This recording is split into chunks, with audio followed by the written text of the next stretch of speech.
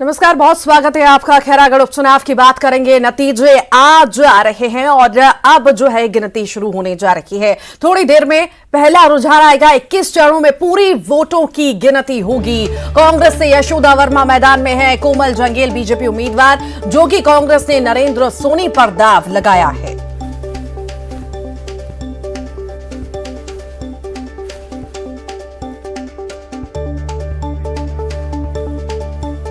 तो चुनाव के नतीजे कुछ ही देर में रुझान आना शुरू हो जाएंगे और शुरू हो भी चुके हैं। कुछ ही देर में लगातार रुझान आते रहेंगे, हम आपको अपडेट देते रहेंगे। वोटों की गिनती लगातार जारी है। थोड़ी देर में पहला रुझान आ जाएगा।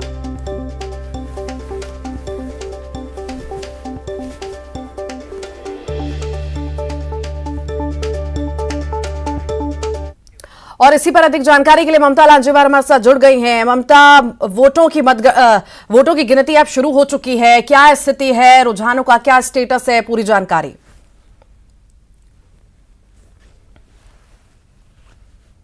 मतगणना केंद्र में इस वक्त हम मौजूद हैं और आप देख सकते हैं, मैं अपने कैमरा पर्सन से दिखाऊंगी कि किस तरह की सिक्योरिटी यहाँ पर लगाई गई है। चप्पे चप्पे पर जवान है, लेकिन उसके पहले हम आते हैं उन प्रत्याशियों के पास में जिनकी साख भी दांव पे लगी है और जिनकी पार्टी की साख भी दांव पे लगी है। कोमल जंगेल हमारे साथ मौजूद है। बीजेपी ने इन्हें अपना चेहरा बनाया है, लोधी समाज का प्रतिनिधित्व करते हैं।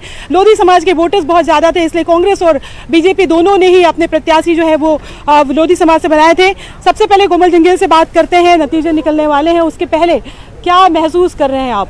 बहुत अच्छा महसूस कर रहा हूँ। तो रिजल्ट अपने पक्ष में आएगा। भारतीय जनता पार्टी के पक्ष में वातावरण है, जनता का समर्थन और आशीर्वाद मिला है। कांग्रेस ने जो घोषणा पत्र बनाया था, खासतौर पर अगर हम बात करें, और उसमें ये कहा है कि 24 घंटे के अंदर यदि यशोदा वर्मा जीतती है, 24 घंटे के अंदर खैरागढ़ को जिला बना दिया जाएगा। आपको क्या लगता है कि ये दाव कितना काम कर पाएगा? और ये भी देखा गया था कि बीजेपी जरा प्रेशर में आ गई थी उस समय। नहीं, वो तो घोषणा है, चुनावी घोषणा है। रिजल्ट के बाद स्पष्ट हो जाएगा कि उनका असर हुआ कि नहीं। तो ठीक है, चुनाव के पहले तमाम पार्टियां दावा करती हैं, लेकिन अगर हम बात करें, अब चूंकि थोड़ी ही देर है और 2 बजे तक तो स्थिति स्पष्ट भी हो जाएगी, क्यों आपको लगता है कि बीजेपी जो है इस चुनाव का जो रण है वो जीतेगी? बीजेपी चूँकि सरकार का यहाँ पे खिलाफ में वातावरण है, घोषणाएं करते जाता है लेकिन काम करता नहीं। दूसरा, अभी जो मतदाताओं को जो खरीदने का जो काम किया, उससे जनता में एक अलग ही वातावरण बना कि खैरागढ़ के जनता को विकास नहीं देना चाहता। खैरागढ़ की जनता, खैरागढ़ के गांव, खैरागढ़ शहर का कांग्रेस सरकार विकास करना नहीं चाहता, बल्कि चुनाव समय आकर के शराब पैसा बांट करके चुनाव जीतना चाहते हैं। इसका जरूर रिएक्शन खैरागढ़ विधानसभा में हुआ है। 40 स्टार प्रचारक झोंक दिए सर आपने, बाहर से भी बुलाए। शिवराज सिंह चौहान भी यहाँ पर आए हुए थे, जितनी ताकत बीजेपी लगा सकती थी लगाए थे एक उपचुनाव के लिए। क्या एक बड़ी प्रतिष्ठा भी दांव पर लगी हुई है पार्टी की? देखिए, भारतीय जनता पार्टी है और भारतीय जनता पार्टी संगठन की पार्टी है। छोटा हो या बड़ा चुनाव हो, चाहे उपचुनाव हो या मुख्य चुनाव हो, हमारे नेता लोग मार्गदर्शन करने एक दूसरे विधानसभा में जाते हैं। इसी परंपरा को निर्वहन करने के लिए हमारे नेता, हमारे प्रदेश के और देश के, जो मध्य प्रदेश के हमारे आदरणीय शिवराज सिंह जी चौहान और प्रहलाद पटेल जी, केंद्रीय आदरणीय मंत्री जी यहाँ पहुँचे थे और हमको मार्गदर्शन करे और लोगों को अपना बात रख करके भारतीय जनता पार्टी के पक्ष में प्रचार किया। कोमल जंगेल जो है, मतलब आप काफ़ी पुराना चेहरा भी है, कई बार दाव लगाया पार्टी ने आप पर। इस बार क्या लग रहा है कि अगर ये दाव जो है वो खाली चला गया तो क्या इस तरह की घबराहट है या फिर क्या? मुझे कोई घबराहट नहीं है। मैं भारतीय जनता पार्टी का एक छोटा सा कार्यकर्ता हूँ, काम करते रहता हूँ, मेरे काम में पूरा विश्वास है, लोगों से संपर्क रखता हूँ, बात करता हूँ, दुख सुख में खड़ा रहता हूँ। बस इसी का मेरे पास सबसे बड़ा विश्वास है और इसी विश्वास के दम पर काम कर रहा हूँ और जीतने का साहस रखता हूँ। सुबह से कैसे शुरुआत की आपने? सुबह किनका आशीर्वाद लेके आए हैं और क्या? महावीर जयंती है, भगवान महावीर का दर्शन किया और टीका लगा के आए हैं, मंदिर गए थे? बिल्कुल, टीका लगाया, सिंगारपुर के दक्षिण मुखी मंदिर में गया। उपवास तो नहीं, लेकिन भगवान के दर्शन किया और परिवारजनों से मुलाकात करके मैं निकला। तो ये है कोमल जंगेल, हमने बताया। और आप जो है वो कह रहे हैं कि पूरी तरीके से जो है वो तैयार है और जीत उन्हीं की होगी। और इसके पहले जो है हम आपको अंदर का जो नज़ारा आप देख सकते हैं कि वो जा रहे हैं और उसके पहले वो मिलना चाहते हैं अपने लोगों से, उसके पहले उनकी जांच हो रही है। अगर हम बात करें काउंटिंग सेंटर की, अगर हम बात करें तो यहाँ पर जो जिस तरीके से इस बार नियम बनाया गया है वो ये है कि पहले ये था कि एजेंट और प्रत्याशी दोनों ही जो है स्ट्रांग रूम के अंदर मौजूद रहेंगे, लेकिन इस बार जो है खासतौर पर हम बात करें तो यहाँ पर इस मतगणना स्थल पर जो इस बार स्पष्ट कर दिया गया है कि जब एजेंट होंगे तब प्रत्याशी नहीं होंगे टेबल पर, और अगर टेबल पर यदि प्रत्याशी हैं तो एजेंट नहीं होंगे। आप देख सकते हैं कि आईटीबीपी के जो जवान हैं वो यहाँ पर मौजूद हैं, लोकल पुलिस के जो जवान हैं वो यहाँ पर मौजूद हैं। पूरा जो स्ट्रांग रूम है यहाँ पर मीडिया सेंटर बनाया गया है। और इधर बात करें हम तो डाक मतपत्रों की जो है वो गणना हो रही है। ये जो चुनाव है केवल उपचुनाव नहीं है, बीजेपी और कांग्रेस दोनों के लिए प्रतिष्ठा का सवाल है। 10 प्रत्याशियों ने अपनी जो अलग अलग तरीके से जो दलों से अगर हम बात करें तो अपनी किस्मत आजमाई है, लेकिन मुख्य मुकाबला अगर हम बात करें तो बीजेपी और कांग्रेस के बीच में है। कांग्रेस ने यशोदा वर्मा पर दाव लगाया है तो वहीं पर बीजेपी ने कोमल जंगेल पर दाव लगाया हुआ है, जो कि कांग्रेस से नरेंद्र सोनी जरूर खड़े हुए थे, लेकिन शुरुआत पे ये कहा जा रहा था कि वो डैमेज करेंगे, लेकिन कितना डैमेज करेंगे ये तो नतीजों बाद पता चलेगा। पर जो मैदान में नजर आए तो बीजेपी और कांग्रेस नजर आए।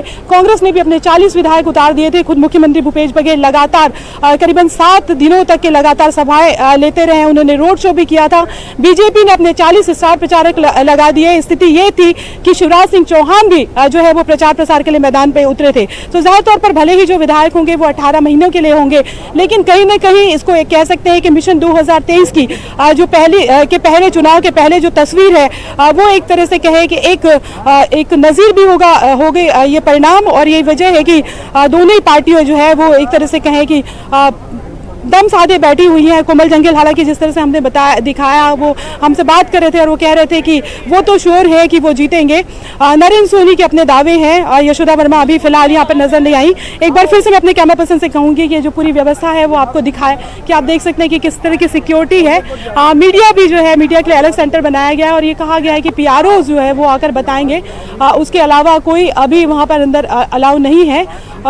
अभी जो है अगर हम बात करें तो डाक मतपत्रों की गणना हो रही है, तो शुरुआती रुझान किस तरफ है ये थोड़ी देर में सामने आ जाएंगे।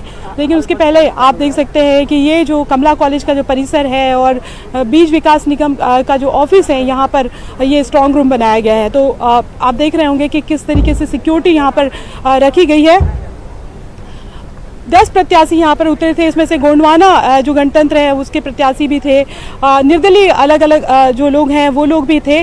कांग्रेस ने एक बड़ा दाव खेला क्योंकि पहली बार ऐसा हुआ कि उपचुनाव में घोषणा पत्र जारी किया गया और इस घोषणा पत्र में जो है ये कांग्रेस ने कहा कि यदि इस चुनाव पे उनकी प्रत्याशी जीतती है तो 24 घंटे के अंदर जिला बना दिया जाएगा और जिले का नाम जो होगा वो खैरागढ़, गंडई और छुई खदान होगा। जाहिर तौर पर बड़ा एक दाव खेला। उसके बाद बीजेपी भी प्रेशर में आ गई थी।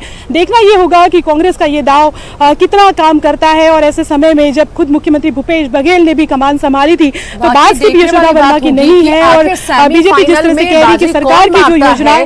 पर ममता, यहाँ पर बड़ी बात यह भी है कि सरकार की साख का सवाल है। अगर कांग्रेस जीतती है तो कहीं ना कहीं ये सीधा संदेश है कि लोगों के अंदर भूपेश बघेल का जादू काम कर रहा है।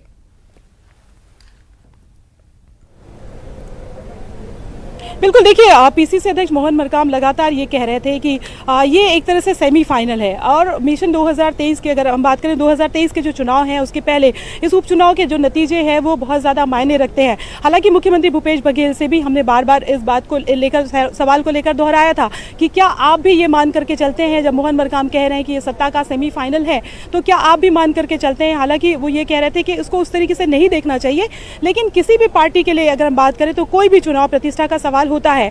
अगर हम बात करें तो संसदीय कार्य मंत्री रविंद्र चौबे बार बार भी ये कह रहे थे कि ये प्रतिष्ठा तो जुड़ी हुई है, तो कहीं ना कहीं बीजेपी और कांग्रेस दोनों की ही प्रतिष्ठा जुड़ी हुई है और नतीजे जो भी आते हैं तो ये एक नज़ीर तो ज़रूर होंगे 2023 के जो चुनाव के पहले, क्योंकि सरकार दावे कर रही है कि सब दूर जो है वो उनकी जो योजनाएं हैं वो पहुंच रही है और चाहे किसान हो, चाहे आम आदमी हो, चाहे युवाओं की बात हो, हर कोई संतुष्ट है।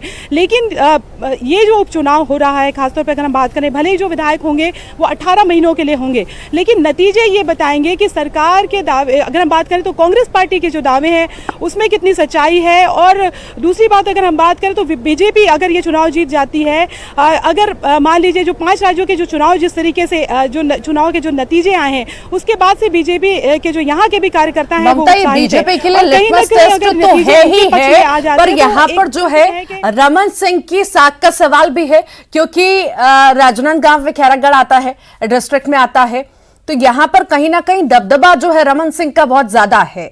तो अगर यहां पर बीजेपी जीतती है तो कहीं ना कहीं सीधे संकेत 2023 के हम देख सकते हैं यहां पर।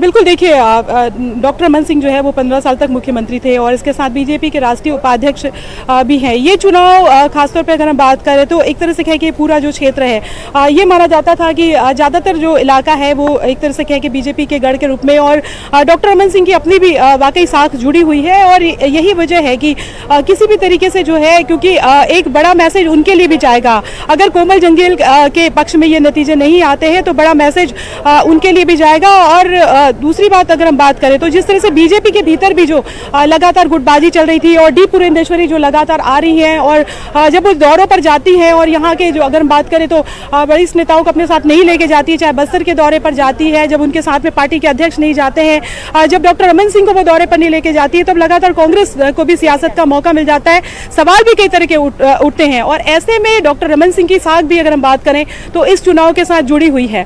कांग्रेस की तो साख जुड़ी ही हुई है, क्योंकि कांग्रेस के लिए भी एक बड़ा मैसेज जाएगा। पीसीसी अध्यक्ष अगर खुद कहते हैं, अगर कांग्रेस पार्टी के जो अध्यक्ष हैं मोहन मरकाम प्रदेश अध्यक्ष, वो बार बार कहते हैं, कांग्रेस के प्रदेश प्रभारी पीएल पुनिया भी ये कह रहे थे, तो जाहिर तौर पर नतीजों पर दोनों ही पार्टियों की प्रतिष्ठा तो जुड़ी ही हुई है। जोगी कांग्रेस को ये माना जा रहा था पहले कि जोगी कांग्रेस एक बड़ा डैमेज कर सकती है, या जोगी कांग्रेस के अपने, चूंकि देवव्रत सिंह जो है वो जनता कांग्रेस के ही थे, और पिछली बार जब कोमल जंगील हारे थे तो कांग्रेस के लिए साख का सवाल है, तो वही बीजेपी के लिए लिटमस टेस्ट है। तो अगर जोगी कांग्रेस की हम बात करें तो ये अस्तित्व की लड़ाई है, क्योंकि 2018 में जोगी कांग्रेस से थे और अब जो है ये अस्तित्व का सवाल है कि ये नतीजे बताएंगे कि लोगों में जोगी कांग्रेस का स्पार्क बचा है या नहीं बचा है।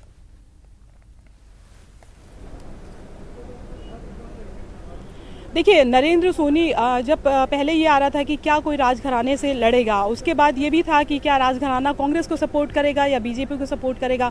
उसके बाद नरेंद्र सोनी का नाम आया और वो देवव्रत सिंह के जो है वो बहनोई कहलाते हैं। लेकिन उसके बाद अगर हम बात करें, जिस तरीके से पहले चर्चाएं होती थी कि वो एक बड़ा डैमेज कर सकते हैं, लेकिन जब नाम की घोषणा हो गई तो उसके बाद में अगर हम बात करें तो उस तरीके की स्थिति नहीं दिखाई दी। जहाँ पे भी दिखाई दिए नरेंद्र सोनी अकेले दिखाई दिए। ये ज़रूर है कि थोड़ी देर पहले भी जब वो आए थे तो वो इस बात को लेकर दावा कर रहे थे कि वो जब जीतेंगे तो जिला बनाएंगे, और वो भी अपनी जीत के दावे कर रहे थे। लेकिन अगर हम बात करें, जब मैदान में हमने देखा तो मैदान में लगातार 12 तारीख को भी जो मतदान हुआ और उसके पहले लगातार जो कैंपेनिंग चली, उसमें जोगी कांग्रेस की उपस्थिति उस तरीके से नजर नहीं आई।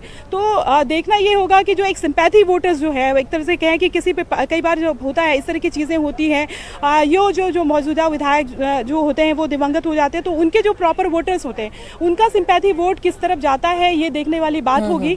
और हालांकि जो कांग्रेस है उसका कहना था कि उपचुनाव को लेकर एक दो चीज़ें होती है। एक तो ये अमूमन ये होता है कि उपचुनाव जो सत्ता जो पार्टी जिसकी सत्ता होती है वही जीतती है। इस बार लेकिन अगर हम बात करें तो इस चुनाव को लेकर कांग्रेस जो है दो तरीके से दावे कर रही है। एक तो पहली बात यह कि जो अब तक के जो उपचुनाव को लेकर जो ट्रेंड रहा है, दूसरी बात जो अमूमन जनता ये सोचती है कि जिसकी पार्टी है, जिसकी सत्ता है, उसके साथ ही चला जाए ताकि विकास होगा। दूसरी बात अगर हम बात करें तो कांग्रेस का ऐसा कहना है कि उनकी जो कैंडिडेट है, एक तो महिला प्रत्याशी है, दूसरी बात ये है कि लोधी समाज का प्रतिनिधित्व करती है। हालांकि जो कोमल जंगील है वो भी लोधी समाज का प्रतिनिधित्व करते हैं। और तीसरी बात अगर हम बात करें तो कांग्रेस का कहना था कि उनकी जो योजनाएं हैं वो लोगों तक के पहुंची। हालांकि दावों की सच्चाई क्या है, स्थिति जो है वो 2 बजे के बाद में वाकई स्थिति कुछ ही घंटों में क्लियर हो जाएगी कि आखिर कौन जीतेगा कौन हारेगा, सब साफ हो जाएगा। आप लगातार नजर बनाए रखिएगा ममता, आपके पास फिर लौटूंगी, फिर अपडेट्स लेती रहूंगी। बहुत शुक्रिया जानकारी को साझा करने के लिए। और इसी बीच बड़ी खबर भोपाल से है, चल समारोह की परमिशन की कैंसिल हो गई है। हनुमान जन्मोत्सव पर चल समारोह की परमिशन कैंसिल हो चुकी है। इंटेलिजेंस इनपुट के बाद परमिशन कैंसिल की गई है। सिर्फ एक जगह की परमिशन कैंसिल की है। छोला दशहरा मैदान से ये चल समारोह निकलना था। खेड़ापति हनुमान मंदिर से चल समारोह निकलना था। ओल्ड सिटी से होकर गुजरता है चल समारोह। शहर में बाकी जगहों पर चल समारोह निकलेगा। पुलिस ने 10 अप्रैल को 16 शर्तों के तहत चल समारोह की अनुमति दी थी। जुलूस मार्ग से सांप्रदायिकता संवेदनशीलता से क्षेत्र में अशांति फैलने की आशंका जताई है और इसके बावजूद जुलूस निकालने पर आयोजक पर वैधानिक कार्रवाई होगी।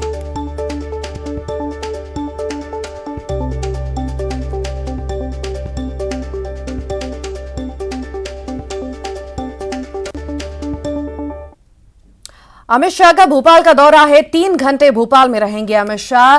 कान्हासैया पुलिस अकादमी जाएंगे अमित शाह। अखिल भारतीय पुलिस साइंस कांग्रेस का उद्घाटन करेंगे। जम्बूरी मैदान में लाखों हितग्राही जुटेंगे। 400 बसों से लाखों हितग्राही पहुंचेंगे।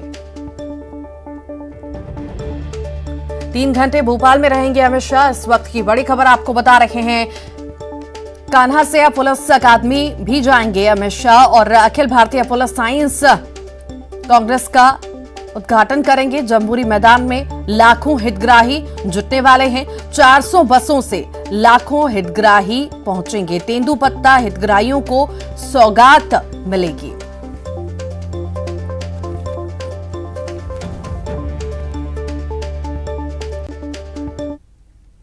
और इसी बीच एक और बड़ी खबर है। भोपाल से संघ प्रमुख मोहन भागवत भोपाल पहुंचे हैं। संघ कार्यालय समीधा पहुंचे हैं और आज संघ प्रमुख अहम बैठक लेने जा रहे हैं। संघ प्रमुख मोहन भागवत भोपाल पहुंचे हैं और संघ कार्यालय समीधा वो पहुंच चुके हैं। आज संघ प्रमुख अहम बैठक लेने जा रहे हैं।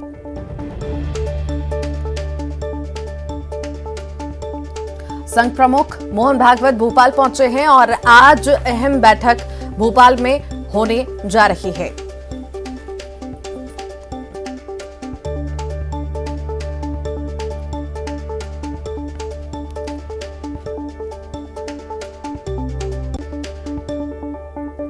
खरगोन से इस वक्त की बड़ी खबर है। प्लास्टिक के भंगार गोडाउन में भीषण आग लगी है। करीब 1 दर्जन से अधिक फायर ब्रिगेड ने पहुंची और आग पर काबू पाया गया। मेनगांव थाने के भाडली में यह घटना हुई है। आग लगने का कारण फिलहाल अज्ञात है। खरगोन, बड़वा, सनावत, कसरावद और भीकन गांव के फायर फाइटर ने आग बुझाई है। ये तस्वीरें खरगोन की आपको दिखा रहे हैं, जहां पर प्लास्टिक के भंगार गोडाउन में भीषण आग लगी और देखते ही देखते आग ने विकराल रूप ले लिया। मेनगांव थाने के भाडली में यह घटना हुई है। आग लगने के कारण जो हैं अभी तक अज्ञात बताए जा रहे हैं। फिलहाल जांच लगातार जारी है। आखिर किन्हीं कारणों से आग लगी है, ये जांच में सामने आ पाएगा।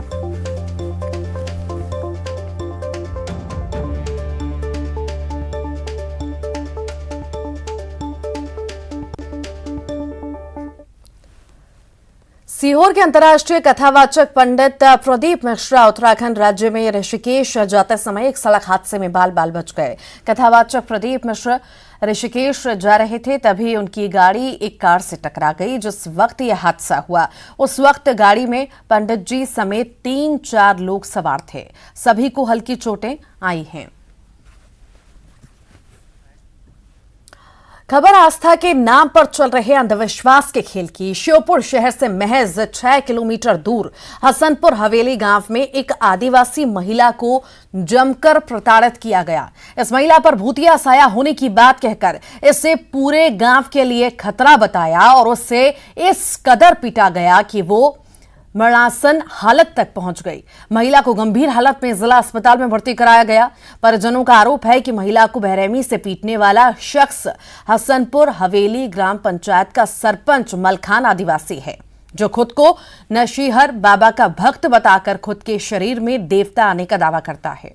बीते दिनों इस भोपा सरपंच ने अपने शरीर में दैवीय शक्ति आने की बात कहकर इस गांव के लिए बड़ी मुसीबत बताकर वहां मौजूद लोगों से कहा कि इस महिला पर भूतिया साया है, इसी की वजह से बस्ती में मुसीबत आती है।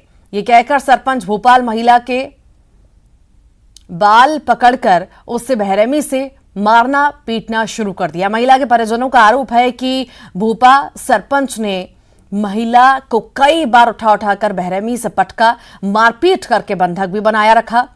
इससे उसके कमर के नीचे के हिस्से ने काम करना बंद कर दिया है। उनका आरोप है कि वो पुलिस को भी आवेदन देकर शिकायत कर चुके हैं, लेकिन उनकी सुनवाई नहीं की जा रही क्योंकि आरोपी पंचायत का सरपंच है। इधर इस मामले में पुलिस का पक्ष फिलहाल सामने नहीं आया है। ये कि 9 मिनट दिन मेला लगता है, हर जगह लगता है, तो नौता कट रहे उस दिन, तो ये ना सोची कि अपन भी चला मेले में।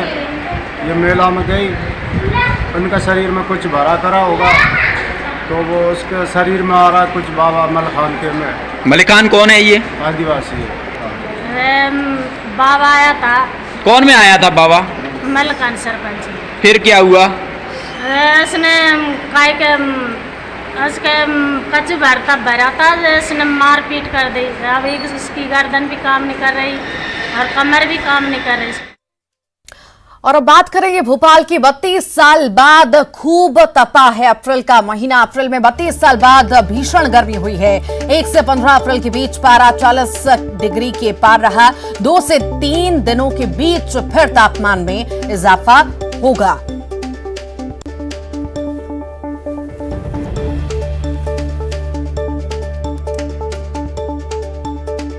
अप्रैल में 32 साल बाद इतनी ज्यादा गर्मी पड़ी है और 1 से 15 अप्रैल के बीच पारा 40 डिग्री के पार रहा है। 2 से 3 दिनों के बीच तापमान में फिर इजाफा होगा। 32 साल बाद खूब अप्रैल महीना तपा है और भी ज्यादा आगे गर्मी बढ़ने की बात कही जा रही है।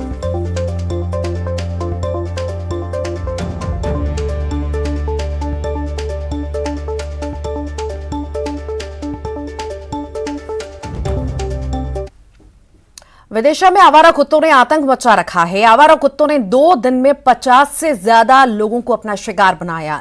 बच्चे भी इनका शिकार हुए। ऐसी ही एक घटना सीसीटीवी कैमरा में कैद हुई, जिससे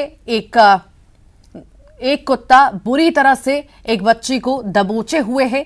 लोगों के बीच बचाव के बाद कुत्ते ने बच्ची को घायल हालत में छोड़ा। जिला अस्पताल में पदस्थ डॉक्टर संजय किरार के अनुसार रोजाना 20 से 25 डॉग बाइट के मरीज आ रहे हैं, जिसमें बच्चों की संख्या ज्यादा है।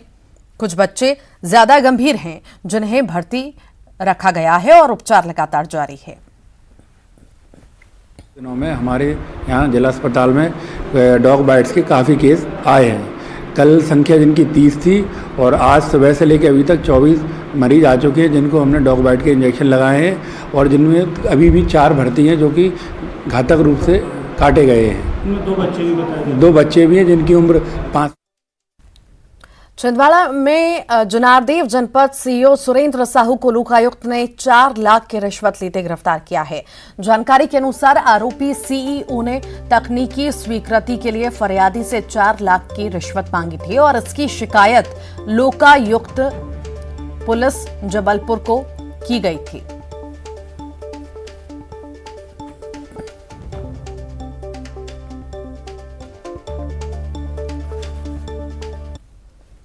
रायसेन से युवक की हत्या का सनसनीखेज मामला सामने आया है, जहां महज मामूली विवाद में 2 सगे भाइयों ने युवक की सर कुचलकर हत्या कर दी।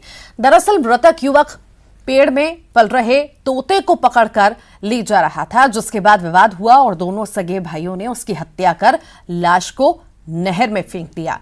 फिलहाल आरोपी दोनों भाई पुलिस की गिरफ्त में हैं और पुलिस आगे की कार्रवाई कर रही है।